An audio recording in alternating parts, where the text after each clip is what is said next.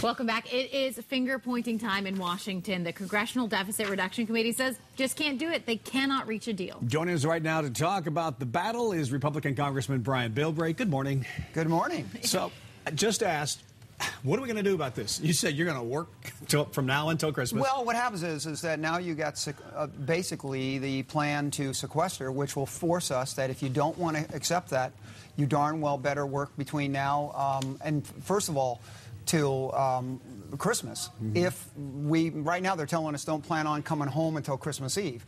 And we may not even do that if it gets ugly. So, yeah, there's going to be a lot of having to sit down and work out all these details because they were hoping this super committee could create this miracle of putting it all together. But I guess the biggest issue is the countdown's coming. You've got another debt issue coming up. And the days of just raising the debt limit are over with. I think everybody's got the wake-up call that now, between now and late January, you darn well better start addressing this because this whole thing's going to come back to bite. This is not something Congress can walk away from. And it seems like everyone's just really frustrated right now because you said the super committee was formed to fix this problem. The president is blaming the Republicans are blaming the Democrats. I mean, who really cares who's at fault? When is this going to get done? Well, I'm going to say I was really surprised that Tooney, somebody who is perceived, and I would call him a very right-winger, was offering tax increases up to $300 billion. I mean, that surprised me that gesture was there. I was kind of shocked that nobody kind of responded to that. And let me just say something about leadership. Look, I've been a mayor. I've been chairman of the county. If I was the president, instead of going out and making speeches and going around the country campaigning, I would have shocked the Congress by going to their office. I would have gone to the freshmen.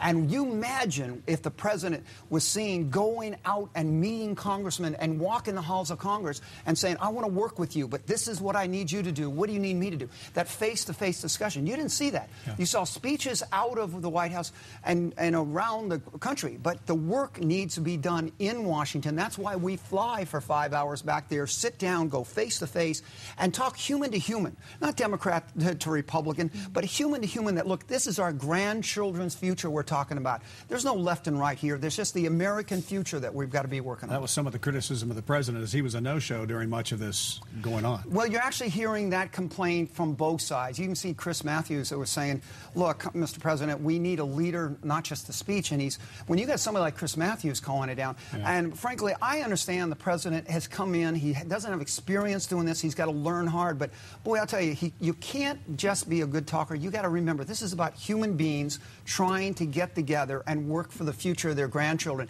Then you can't do that speaking at each other or speaking, being 300 miles away or 1,000 miles away talking about somebody. You need to be looking them straight in the eye and saying, let's work together. And when you look somebody in the eye, it's a little harder to call them an SOB and say how terrible they are because you see the humanity that both sides have. And I think that's the biggest thing we need to work out between now and Christmas. Hopefully, brotherly love may show up, but I won't plan on it. I remember, isn't that how Congress started at the beginning of the year? There was the brotherly love, and we're going to work together, the bipartisanship spirit. Where'd that go? Well, I think the biggest thing is that there are two distinct differences.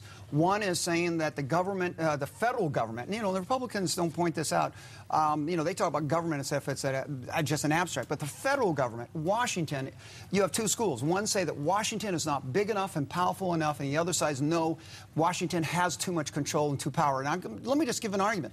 San Diego, we just had the America's Cup.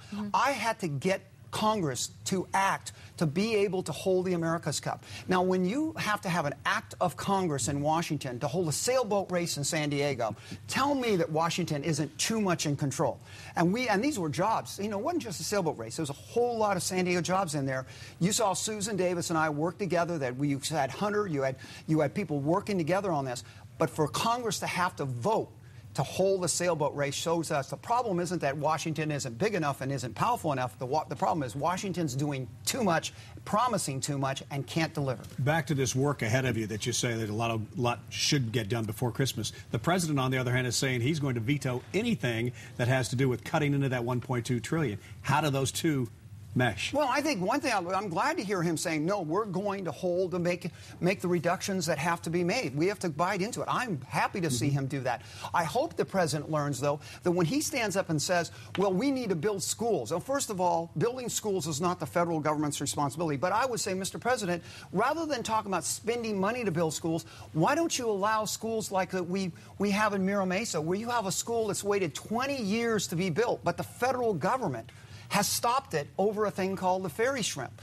When you've got that kind of obstructionism, and I think the president doesn't understand, and he admitted, what's shovel-ready, he thought, is totally different. Shovel-ready means you got 5 to 10 years of nothing but litigation. But the president, you know, his experience hasn't been either being a businessman, getting the permit, or been on the government side giving out. So he doesn't understand how much of an obstruction government has been to creating the jobs, creating the opportunities. And with the jobs and opportunity come revenue for the federal government to start paying our bills and fulfilling those obligations, those promises that we've made all too often.